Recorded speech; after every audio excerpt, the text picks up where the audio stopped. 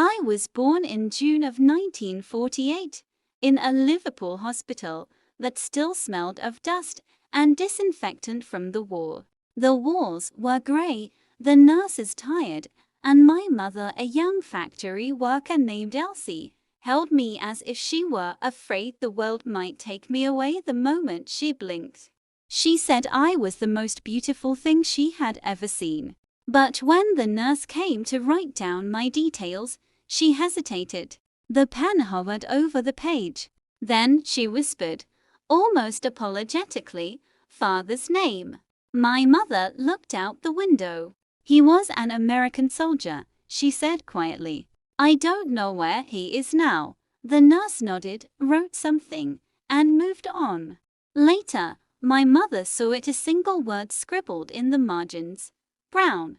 No name, no description, just that. That's how it began, with a word that wasn't a word at all, but a label that would follow me through childhood like a shadow I never asked for.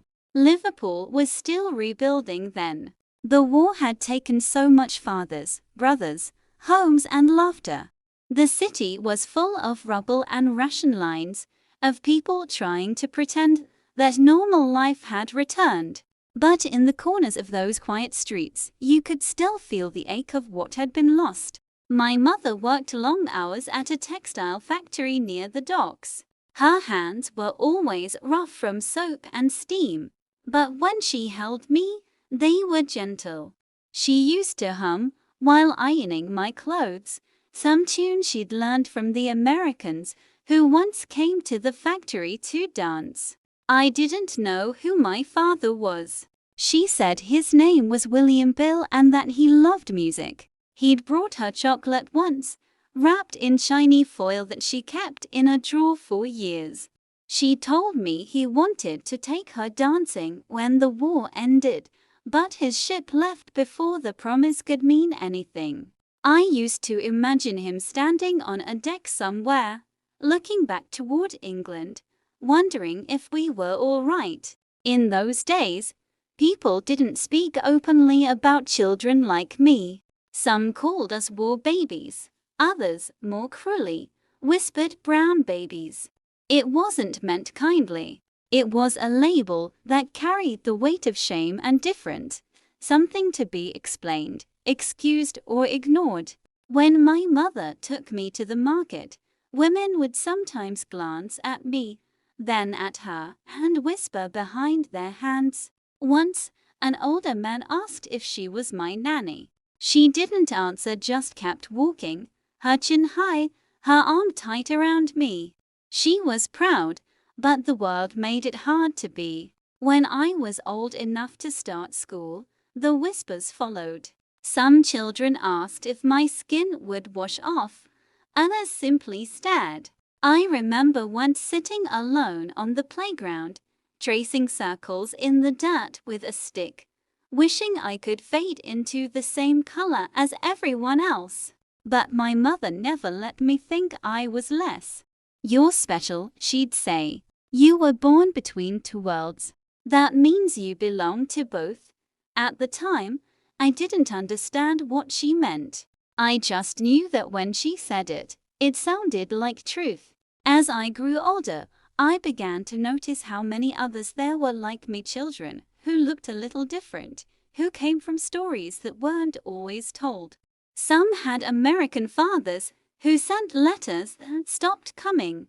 Others had no letters at all. But we all shared the same look from strangers, half curiosity, half judgment. In 1950, an article in the local paper mentioned us. It said there were hundreds of mixed children born in Britain since the Americans left. Some called us a new problem.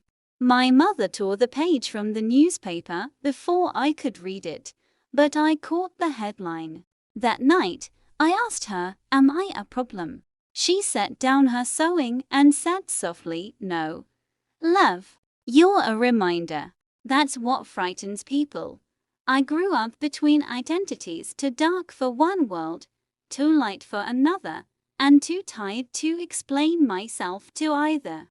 But there was something my mother gave me that no one could take away: dignity. She never apologized for me, never hid me, never tried to explain me away. She just lived, worked, laughed, sang, and through her, I learned that belonging doesn't need permission.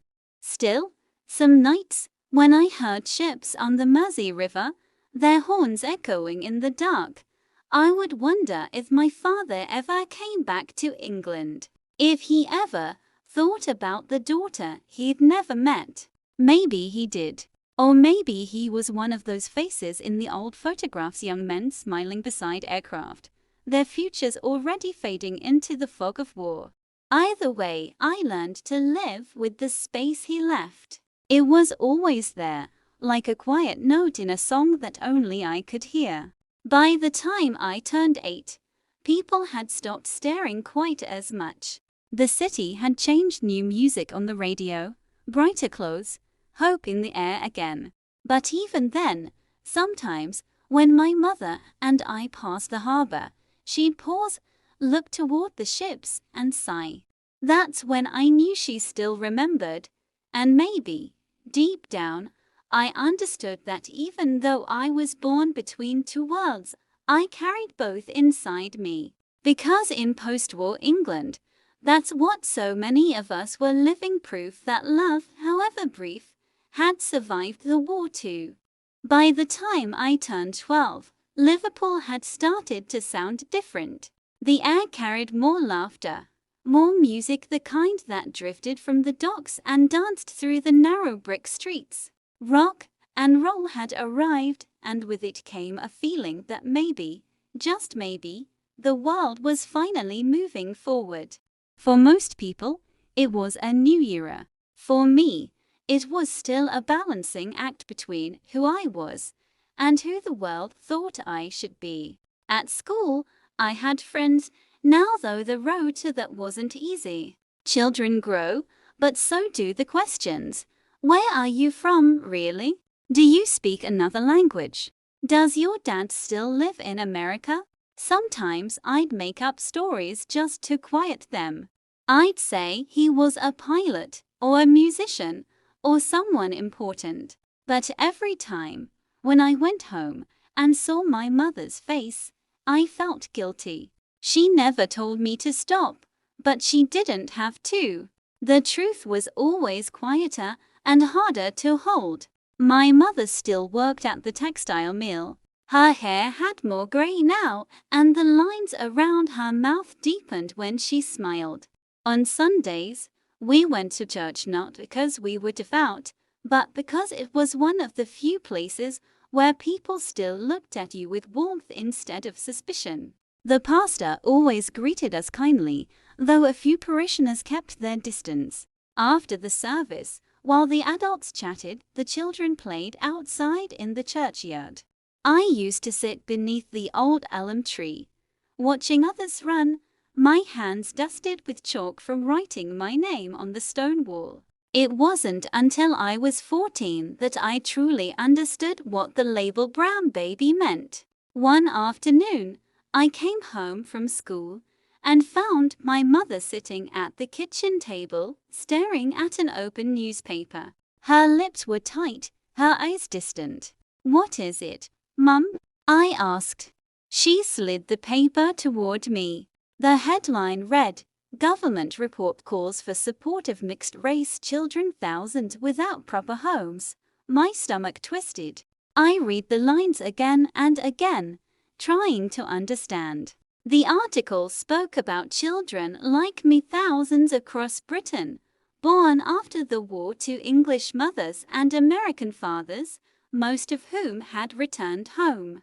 It described us as unregistered, unwanted, unplaced. That last word stuck most. My mother tore the paper in half before I could finish reading. "You're not what they say," she told me firmly. "You were never unwanted. Don't let anyone make you believe otherwise." But later that night, when she thought I was asleep, I heard her crying softly in the kitchen. In the months that followed, I began noticing things I hadn't before. There were other children like me in different neighborhoods, not many, but enough to recognize. We'd glance at each other across the playground or on the bus, a quiet nod of understanding passing between us. We didn't need words. We just knew. Some of our mothers had formed what they called support circles, small gatherings where they shared stories, resources, and recipes, and tried to help each other navigate the paperwork that still treated us like we didn't quite exist. One Saturday, my mother took me to one of those meetings. It was held in a church basement, the air thick with the smell of tea and damp wool. The women there were all different, some older, some young, some loud, some quiet, but they shared one thing: determination. They spoke about their children with pride, defiance, and love that refused to apologize. A woman named Margaret, with red hair tied back in a scarf, stood up and said, "They called our children mistakes. I call them miracles." Everyone clapped, and my mother's eyes glistened. It was the first time I saw her cry without shame. In those years, Britain was changing in slow, uneven steps. Immigration was increasing, new cultures were mixing, and the idea of what it meant to be British was being quietly rewritten. Still, for people like me, the world wasn't ready. There were schools that turned children away, landlords who refused families like ours, and neighbors who smiled only when others were watching. But I also met kindness in small, surprising places. Mrs. Jenkins, who lived next door, began inviting me for biscuits after school. She said she missed her own grandchildren and liked hearing about my day. She never asked about my father. And my teacher, Mr. Wilson, once told me, "You've got a writer's voice, you know. You see things others miss." I didn't know what to do with that compliment, but I held on to it. Maybe it was the first time someone saw me as something more than a story. In 1960, I turned 12 and my mother gave me a gift, a small leather-bound notebook. On the inside cover, she wrote, "For the stories you'll tell one day, the ones that matter." At first, I didn't know what to write. My life didn't feel like much of a story. But the more I listened to the laughter in the streets, to the songs on the radio, to the echoes of my mother's strength, the more I began to understand what she meant. We weren't forgotten. We were becoming something new. By the time I was 16, I had started to dream of seeing America, the land that half of me came from but knew nothing about. I imagined my father walking down some wide, sunny street, unaware that somewhere across the ocean, a girl with his eyes was thinking about him. I didn't know if I'd ever find him, but that didn't matter as much anymore. Because what I had, my mother's courage, our small home, and the stories I was beginning to write, was more than enough to keep me standing. And deep down, I realized something my mother had known all along. You don't have to look like a place to belong to it. Sometimes, belonging isn't about where you come from, it's about who refuses to let you go. By the time I turned 23, the world had already changed twice over. The Beatles were on every radio. Color television had finally arrived, and people were beginning to talk about things they once only whispered. For the first time, I felt like maybe there was space for someone like me, someone who had always lived between definitions.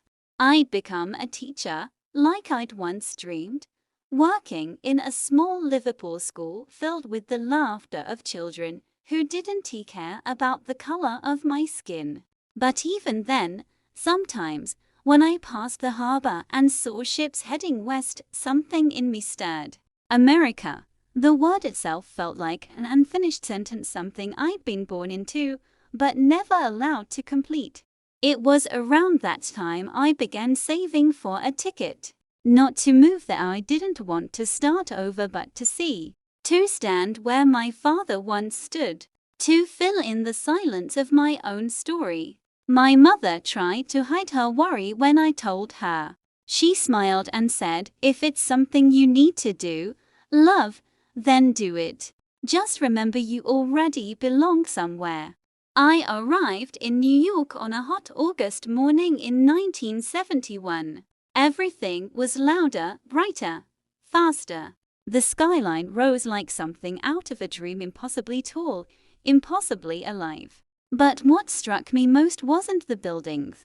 It was the faces. So many colors, so many lives crossing paths in a single street. For the first time, I didn't stand out.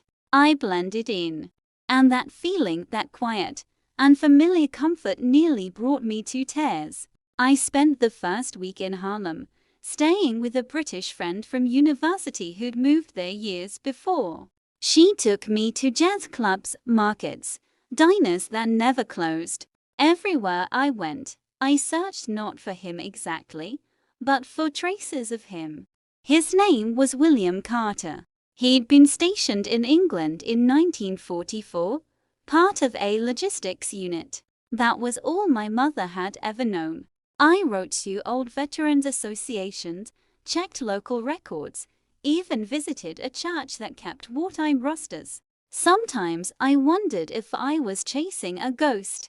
But then, one afternoon, I found his name or something close to it in an old army registry in Philadelphia. Private First Class William Ike Carter, born 1922. No address, no family, just a file number and a faded photograph clipped to the corner. He looked nothing like I'd imagined, older, thinner, his eyes serious but kind. I stared at that picture for a long time. It felt strange, like meeting a memory that didn't belong to me. The clerk told me he'd been discharged in 1946 and later worked for a shipping company in New Jersey. That was all they knew. I took the train down the coast, my heart thudding in my chest with every stop. When I finally reached Newark, I found the address a small, two-story house with peeling paint and a porch swing that creaked in the wind. A woman opened the door. She was maybe 50, with tired eyes but a kind smile. I told her who I was. Her face changed, surprise first, then something else. Recognition. "You must be Margaret's daughter," she said softly. For a moment, I couldn't speak. "My mother's name is Elsie." She hesitated, then nodded. "Of course. I'm sorry. He mentioned someone once, long ago. He passed away in '64. The words fell heavy, but not unexpected. Somewhere deep down, I'd known. She invited me in. The house smelled of lemon polish and old paper. On the mantel, there were photographs, family portraits, holidays, weddings. And there, tucked among them, was one black and white picture of my father in uniform. He was holding a small, folded flag and smiling at the camera with that same serious kindness I'd seen in the file photo. "He kept that with him," she said, noticing my gaze. Said it reminded him of another time, another place. I didn't ask more. I didn't need to. In that quiet room, surrounded by pieces of a life I'd never known, I finally felt the distance between us close, not erased, but softened. Before I left, she handed me a small envelope. Inside was a letter, dated 1946. The ink had faded, but I could still make out the first line. "To my dear Elsie, if you're reading this, it means I didn't make it back to England." I never read the rest aloud. Some words belong to silence. When I returned home to England, my mother was waiting at the train station, wearing her blue scarf, the same one she'd worn the day I left. She looked at me for a long moment before saying, "You found him, didn't you?" "In a way," I said. "I found enough," she nodded. "Then that's all that matters." That night, we sat together at the kitchen table, just like we always had. The kettle whistled, the clock ticked, and outside the window, the rain began to fall soft, steady, familiar. It struck me then how much of life is made of small moments like that. Not the ones filled with answers, but the ones that let you breathe after years of searching. And for the first time, I stopped wondering who I was supposed to be. Because standing there, in that tiny kitchen, I finally knew who I already was. It's strange how time folds in on itself. One day you're a little girl sitting beneath an elm tree, wishing you could blend in, and the next you're the one standing at the front of a classroom, teaching children who have never once questioned where you belong. By the 1980s, England had changed again. The streets were busier, the accents more varied, the world smaller somehow. And yet, there were still days when I'd look out the window of my classroom, see a child sitting apart from the rest, and think, I know that feeling. I had been teaching for nearly 15 years when it happened. We were covering a unit on post-war Britain, and one of my students, a quiet boy named Daniel, raised his hand. Miss, he asked, is it true there were kids born after the war who didn't know their fathers because they were soldiers? The room went still. For a moment, I considered giving the simple answer yes, there were many. But something inside me shifted. I saw myself in that question. So I told them. Not everything, not the pain, but enough. I told them about the war, about the soldiers who came from far away, about the mothers who stayed and raised their children alone. I told them how love sometimes outlives its moment and how belonging can grow in the unlikeliest of places. When I finished, the room was silent. Then Daniel said, that's sad, but kind of beautiful. I smiled. It's both, I said. Most real things are. After class, I walked home the long way down the narrow streets, past the shops, past the harbor that still smelled faintly of salt and oil. The city had grown taller, louder, more crowded. But every so often, I could still hear the echo of the old world, beneath it the sound of wooden carts, the clatter of boots on cobblestone, the whisper of ships leaving for somewhere unknown. At home, my mother's old things still filled the little house. After she passed, I couldn't bring myself to move them. Her blue scarf hung by the door, her sewing basket still by the window. But what I cherished most was the small box she'd left on the table for me. Inside were her letters, the ones she'd kept hidden for years. There were bills, notes from neighbors, and, at the bottom, a folded piece of paper she had written in her careful, slanted handwriting. It said, for my daughter so she'll never forget who she is. You were born from love, not shame. From courage, not regret. The world may take time to see it, but one day it will. I sat there for a long time, reading it over and over, until the sun dipped low and the house filled with golden light. Years later, when I was invited to speak at a community event about post-war Britain, I brought that letter with me. The audience was mostly young people, their faces curious but distant. They couldn't imagine a world where love had to hide.